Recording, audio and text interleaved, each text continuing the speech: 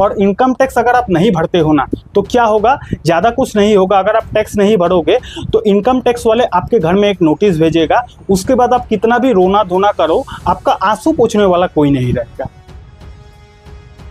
Share market में किसमें कितना टैक्स लगता है, इसकी पूरी की पूरी जानकारी आपको आज इस वीडियो में मिल जाएगा। अगर आप इस वीडियो को कंप्लीट देख लेते हो तो आपको दोबारा कभी शेयर मार्केट टैक्स से रिलेटेड वीडियो देखने की ज़रूरत ही नहीं पड़ेगी। तो चलिए करते हैं इस पावरफुल वीडियो की शुरुआत। बिल्कुल स्टेप बाय स्टेप आगे बढ़ेंगे, इसलिए आपको घबराने की कोई भी ज़रूरत नहीं है। ध्यान से इस वीडियो को समझ लेना। पहले आपको समझना पड़ेगा कि controllable tax and uncontrollable tax, इसका मतलब क्या होता है।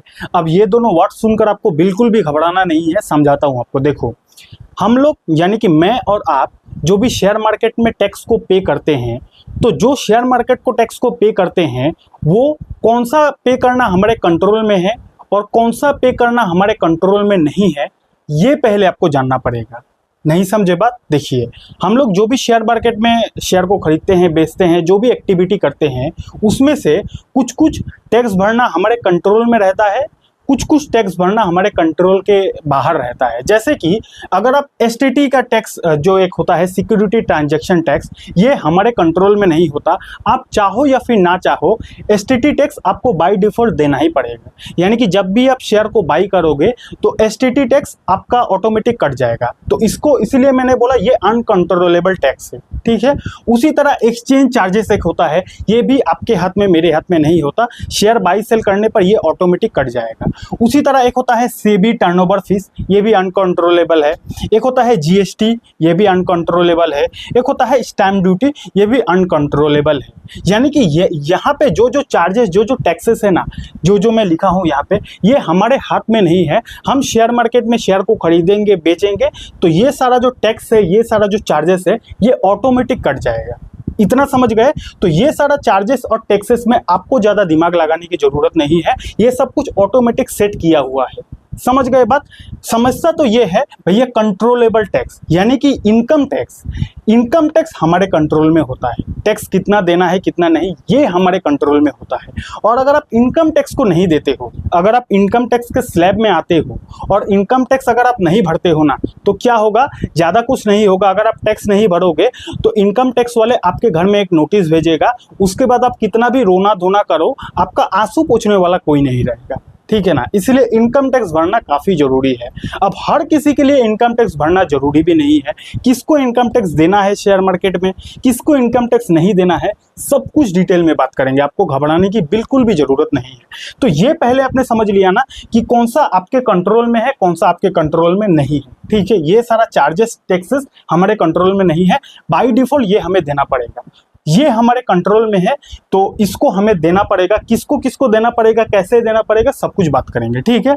उसके बाद नेक्स्ट है इनकम टैक्स स्लैब। अच्छा, इनकम टैक्स स्लैब का मतलब क्या होता है? इनकम टैक्स स्लैब का मतलब सिंपल ये होता है कि किसको कितना इनकम पर कितना इनकम टैक्स देना पड़ेगा और किसको कितना इनकम पर इनकम टैक्स देना ही नहीं पड़ेगा, उसका जो पूरा डेटा होता है उसी डेटा को बोला जाता है इनकम टैक्स स्लैब, ठीक है। और ये इनकम टैक्स स्लैब हमारा सरकार हर साल बनाती है। जरूरी नहीं कि अभी जो मैं आपको इनकम टैक्स समझाऊंगा वो नेक्स्ट फाइनेंशियल ईयर में यही रहेगा, इसका कोई भी गारंटी नहीं है, ठीक है। तो अभी मैं 2024-25 का जो इनकम टैक्स स्लैब है नया आया है, उसके बारे में आपको समझाऊंगा कि आपको कितना इनकम पर कितना टैक्स देना पड़ेगा। इतना बस समझ गए ना। अगर आप इस वीडियो को 2030 में 35 में देख रहे हो तो उस समय का इनकम टैक्स का जो स्लैब रहेगा उस हिसाब से आप इसको समझ लेना, ओके। ये है 2024-25 का इनकम टैक्स स्लैब, समझ गए ना। अब ध्यान से समझना। देखो, शेयर मार्केट को 5 मिनट के लिए भूल जाओ, ठीक है। शेयर मार्केट को अगर आप सोचते रहोगे तो इस स्लैब को आप नहीं समझ पाओगे, ओके। थोड़ा देर के लिए शेयर मार्केट को भूल जाओ। अब ध्यान से समझना। देखो, ये है टैक्स स्लैब और ये है टैक्स रेट। अगर आपकी इनकम 3 लाख से कम है, ये income not only share market, मैंने आपको पहले ही बोला शेयर मार्केट को थोड़ी देर के लिए भूल जाओ। अगर आपका ओवरऑल इनकम चाहे जॉब से, चाहे बिजनेस से, चाहे कुछ भी आप काम करते हो, वो काम करके पूरे साल में, पूरे फाइनेंशियल ईयर में, यानी कि फाइनेंशियल ईयर किसको कहा जाता है, 1 अप्रैल से 31 मार्च तक, पूरे एक साल में अगर आपका इनकम 3 लाख से कम है, ठीक है, तो आपको कोई भी टैक्स नहीं देना पड़ेगा, ध्यान से समझना, चाहे शेयर मार्केट से कमाओ, चाहे बिजनेस से, चाहे सैलरी से कमाओ, किसी से भी कमाओ, अगर आपका पूरे साल में 3 लाख से कम इनकम है तो आपको कोई भी टैक्स नहीं देना पड़ेगा। इतना बात समझ गए। उसके बाद अगर आपकी इनकम एक साल में 3 लाख से 7 लाख के बीच में है तो आपको 5% टैक्स देना पड़ेगा। कैसे देना है, किसको देना है, सब कुछ समझाऊंगा। और शेयर मार्केट में अलग अलग चीज होता है, ट्रेडिंग होता है, इन्वेस्टिंग होता है, तो किसमें कितना टैक्स लगता है सब कुछ समझाऊंगा। आपको घबराने की जरूरत ही नहीं है, पहले टैक्स स्लैब को समझ लो, ठीक है। तो 3 लाख से 7 लाख के बीच अगर आपका इनकम है तो आपको 5% का टैक्स देना पड़ेगा, ठीक है। 10 लाख से 12 लाख 7 लाख से 10 लाख का अगर आपका इनकम है, 7 से 10 के बीच अगर आपका इनकम है तो आपको 10% का टैक्स देना पड़ेगा, ठीक है। उसी तरह 10 लाख से 12 लाख की इनकम है तो उसमें आपको 15% का टैक्स देना पड़ेगा। अगर आपका 12 लाख से 15 लाख तक का इनकम है तो आपको 20% का टैक्स देना पड़ेगा, इनकम टैक्स। और अगर आपका 15 लाख से ज़्यादा पूरे साल में कमाते हो तो आपको 30% का टैक्स देना पड़ेगा, ठीक है। अब ध्यान से समझना, मैंने क्या बोला कि आपका इनकम कितना है। आप कुछ भी काम करते हो, जो भी काम करते हो, उसमें जितना भी आप पूरे साल में कमाए, उस पैसों को कमाने के लिए आपने काफी सारा खर्चा भी किया होगा ना। मान लेते हैं आप शेयर मार्केट में ट्रेडिंग करके ही मान लेते हैं 15 लाख से ज्यादा कमाते हो, ठीक है। तो 15 लाख मान लेते हैं आप पूरे साल में ट्रेडिंग करके कमाते हो। तो अगर आप 15 लाख ट्रेडिंग करके कमाते हो तो खाली आपने कमाया, उसमें आपने खर्चा भी तो किया होगा ना। आपका ऑफिस रेंट पे होगा, आपने स्टाफ अगर रखा होगा, आपका इलेक्ट्रिसिटी बिल होगा, तो काफी कुछ एक्सपेंसेस भी होता है, खर्चा भी होता है। तो टैक्स आपको किस पर देना है ये समझना है। टैक्स आपको आपने जो पैसा कमाया और आपने जो खर्चा किया, दोनों को माइनस करने के बाद जो आपका नेट इनकम है ना, उस नेट इनकम के ऊपर आपको टैक्स देना है। जरूरी नहीं कि आपने पूरे साल में 15 लाख रुपया कमाया तो आपको 15 लाख पर ही 30% टैक्स देना पड़ेगा, ऐसा नहीं। 15 लाख कमाने के लिए आपने कितना खर्चा किया है वो खर्चा माइनस हो जाएगा। और ये खर्चा कैसे माइनस होगा, कौन करेगा माइनस, उसके लिए आपके एरिया में चार्टेड अकाउंट होगा।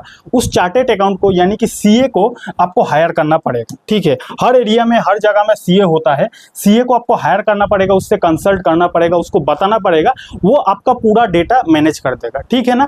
तो ये बात ध्यान रखना कि खाली इनकम पर टैक्स नहीं लगता है, उस इनकम को करने के लिए आपका कितना खर्चा हुआ है, खर्चा माइनस हो जाता है, ठीक है। उसके बाद जो आपका नेट इनकम होगा, उस नेट इनकम पर सरकार को टैक्स देना पड़ता है। बात क्लियर है। अब समझते हैं किसमें कितना टैक्स लगता है। लेकिन उससे पहले शेयर मार्केट में पैसा कमाने के लिए आपके पास एक अच्छा डीमैट अकाउंट की जरूरत पड़ेगी। तो जिस ब्रोकर को मैं खुद यूज करता हूं, उस ब्रोकर का लिंक आपको डिस्क्रिप्शन पर मिल जाएगा, वो हमारा एफिलिएट लिंक है। तो वहां से आप बिल्कुल फ्री में अपना डीमैट अकाउंट को खुलवा सकते हो, ठीक है। और हाँ, टेलीग्राम चैनल को ज्वाइन कर लेना, हमारा ऑफिशियल टेलीग्राम चैनल का लिंक आपको डिस्क्रिप्शन पर मिल जाएगा, ठीक है। अब देखिए टैक्स ऑन एफएनओ ट्रेडिंग। देखिए एफएनओ ट्रेडिंग यानी कि अगर आप फ्यूचर एंड ऑप्शन ट्रेडिंग करते हो, फ्यूचर एंड ऑप्शन में ट्रेडिंग करते हो, तो आपको वहां पे कितना टैक्स देना पड़ेगा। वहां पे सबसे पहले आपको समझना पड़ेगा कि ये जो एफएनओ ट्रेडिंग है ना, इस एफएनओ ट्रेडिंग को बिजनेस इनकम में ही कंसिडर किया जाता है। यानी कि आप जो बिजनेस करते हो, उस बिजनेस में आपको जो इनकम टैक्स देना पड़ता है, तो एफएनओ ट्रेडिंग को भी बिजनेस इस इनकम में ही कंसिडर किया जाता है। यानी कि बिजनेस में आप जितना इनकम टैक्स भरते हो, जो भी स्लैब में आते हो, उसी स्लैब में ही आपको एफएनओ ट्रेडिंग में भी टैक्स देना पड़ेगा। नहीं समझे बात? देखो पहले तो आपने ये समझ लिया कि एफएनओ ट्रेडिंग को बिजनेस इनकम में कंसीडर किया जाता है, ये पहला पॉइंट क्लियर। उसके बाद as per your tax slab, यानी कि आप कौन से टैक्स स्लैब में आते हो, उस टैक्स स्लैब के हिसाब से आपको एफएनओ ट्रेडिंग में टैक्स देना पड़ता है। यानी कि यहाँ पे थोड़ी देर में पहले मैंने क्या समझाया, टैक्स स्लैब समझाया ना, कि किसको कितना इनकम पर टैक्स देना पड़ता है। तो अगर आप एफएनओ ट्रेडिंग करते हो, फ्यूचर एंड ऑप्शन करते हो, तो उसमें अगर आपका 3 लाख से कम इनकम, पूरा ओवरऑल इनकम बता रहा हूं, मैंने बार बार बोल रहा हूं कि खाली शेयर मार्केट को मत समझो, आप जॉब करो, बिजनेस करो, कुछ भी करो, आप पूरे फाइनेंशियल ईयर में एफएनओ ट्रेडिंग को भी इंक्लूड कर देना। एफएनओ ट्रेडिंग भी करते हो, जॉब भी करते हो, बिजनेस भी करते हो, सब कुछ करने के बावजूद भी अगर आप पूरे साल में 3 लाख रुपए से कम कमाते हो ना, तो आपको कोई भी टैक्स नहीं देना पड़ेगा, इनकम टैक्स कोई भी नहीं देना पड़ेगा अगर आपका इनकम 3 लाख से कम है। ओके, समझ गए। उसके बाद सेम वही टैक्स स्लैब हिसाब से अगर आप 3 लाख से 7 लाख कमाते हो, तो आपको एफएनओ ट्रेडिंग में 5% का टैक्स देना पड़ेगा। ओके, 7 लाख से 10 लाख की अगर आपका इनकम है, पूरा जॉब करो, बिजनेस करो, एफएनओ ट्रेडिंग करो, जो भी करो, अगर आपका इतना इनकम है तो आपको 10% का टैक्स देना पड़ेगा। ठीक है, तो एफएनओ ट्रेडिंग में कितना टैक्स देना पड़ता है, यहाँ पे मैंने क्या लिखा, as per your tax slab. आप यहाँ पे कौन से टैक्स स्लैब में आते हो वो आप भाई देख लो, उसके बाद उस हिसाब से आपको टैक्स देना पड़ेगा एफएनओ ट्रेडिंग। इतना बात क्लियर हो गया ना। अगर आपको फिर भी कुछ डाउट बचता है तो जो भी आपके एरिया में चार्टेड अकाउंटेंट होगा ना, उससे आप कंसल्ट कर लोगे तो वो आपको पूरा का पूरा गाइड कर देगा। ओके, समझ गए ना कितना एफएनओ ट्रेडिंग में टैक्स लगता है। उसके बाद नेक्स्ट, ये बात कोई नहीं बताता कि भैया 3 लाख से नीचे अगर इनकम है तो उसको टैक्स नहीं देना है, इनकम टैक्स नहीं देना है, ये बात कोई नहीं बताता। ठीक है, तो ये बात आपने समझ गए ना। अगर अच्छा लगा तो वीडियो को लाइक कर देना, प्यारा सा कमेंट कर देना। उसके बाद टैक्स ऑन एसटीसीजी। अच्छा, अब आपको समझना पड़ेगा कि शेयर मार्केट में शॉर्ट टर्म किसे कहा जाता है और शेयर मार्केट में लॉन्ग टर्म किसे कहा जाता है, इसको पहले आपको समझना पड़ेगा। देखिए, शेयर बाजार में अगर आपने आज कोई कंपनी के शेयर को खरीदा और उस शेयर को अगर आप 1 साल से पहले ही बेच देते हो तो उसको शॉर्ट टर्म बोला जाएगा, और अगर आप उस कंपनी के शेयर को 1 साल के बाद बेचते हो तो उसको लॉन्ग टर्म बोला जाएगा। उसी तरह आज आपने कोई म्यूचुअल फंड में पैसा इन्वेस्ट कर दिया और उस म्यूचुअल फंड के पैसे को अगर आप 1 साल से पहले ही रिडीम कर लेते हो तो वो शॉर्ट टर्म कहा जाएगा उसको। उसी तरह आज आपने म्यूचुअल फंड में पैसा डाला, उस पैसे को 1 साल के बाद रिडीम करते हो तो उसको लॉन्ग टर्म कहा जाएगा। ओके, समझ गए ना। शॉर्ट टर्म यानी कि 1 साल से पहले, लॉन्ग टर्म यानी कि 1 साल के बाद, बस इतना समझ लो। अब शॉर्ट टर्म के लिए अलग से टैक्स होता है, लॉन्ग टर्म के लिए अलग से टैक्स होता है। तो पहले समझते हैं शॉर्ट टर्म में कितना टैक्स लगता है। तो टैक्स ऑन एसटीसीजी यानी कि शॉर्ट टर्म कैपिटल गेन आखिर कितना लगता है। तो short term capital gain profit के ऊपर 20% आपको टैक्स देना पड़ेगा। यानी कि मान लेते हैं आपने 1000 रुपये में कोई कंपनी के शेयर को खरीदा और उस कंपनी के शेयर को आप 2 से 3 महीना के बाद ही 1200 रुपये में बेच देते हो। फॉर एन एग्जाम्पल दे रहा हूं कि आपने 1000 में शेयर खरीदा, 2-3 महीना के बाद उसको 1200 में बेच दिया। ओके, तो आपका प्रॉफिट कितना हुआ, आपका प्रॉफिट हुआ यहाँ पे 200 रुपया प्रॉफिट हुआ ना, तो इस प्रॉफिट के ऊपर आपको 20% का टैक्स देना पड़ेगा। क्यों 20% का टैक्स देना पड़ेगा? क्योंकि आपने शॉर्ट टर्म में ही शेयर को बेच दिया, और शॉर्ट टर्म यानी कि 1 साल से पहले ही आपने बेच दिया। तो 1 साल से पहले ही बेचते हो तो जितना आपका प्रॉफिट हुआ उस प्रॉफिट के ऊपर आपको 20% टैक्स देना पड़ेगा। ओके, समझ गए।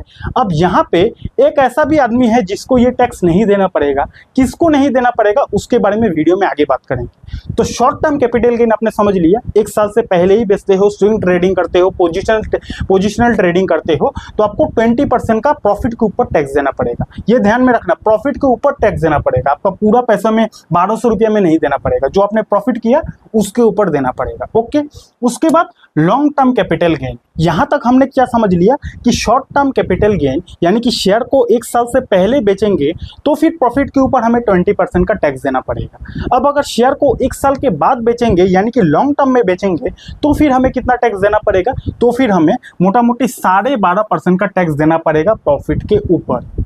लेकिन यहाँ पे एक कंडीशन है। पहले तो आपने समझ लिया कि शॉर्ट टर्म में 20% आपको टैक्स देना पड़ेगा, लॉन्ग टर्म में 12.5% का टैक्स देना पड़ेगा। लेकिन लॉन्ग टर्म में एक अच्छा बात भी है। अच्छा बात ये है कि यहाँ पे 1,25,000 तक का प्रॉफिट में नो टैक्स, कोई भी आपको टैक्स देना नहीं पड़ेगा। यानी कि आप शेयर बाजार में लॉन्ग टर्म के लिए शेयर को खरीदते हो और लॉन्ग टर्म के बाद शेयर को बेचते हो, तो शेयर को लॉन्ग टर्म में बेचने के बाद आपका जितना भी ओवरऑल प्रॉफिट है, सारा शेयर मिलाकर, सारा म्यूचुअल फंड मिलाकर जितना भी आपका प्रॉफिट है, उस प्रॉफिट में 1,25,000 तक आपको कोई भी टैक्स नहीं देना पड़ेगा।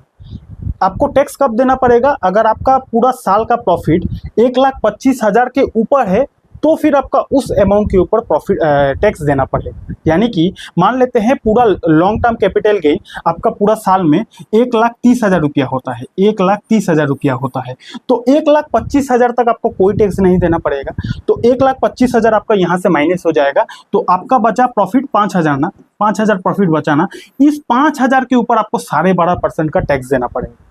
उसी तरह पूरे साल में आपका लॉन्ग टर्म कैपिटल गेन हुआ 5 लाख का, 5 लाख का आपका प्रॉफिट हुआ, तो 5 लाख में 1,25,000 आपका पहले माइनस हो जाएगा, और 1,25,000 माइनस होने के बाद 3,75,000 होता है ना आपका कैपिटल गेन, उस 3,75,000 के ऊपर आपको 12.5% का टैक्स देना पड़ेगा।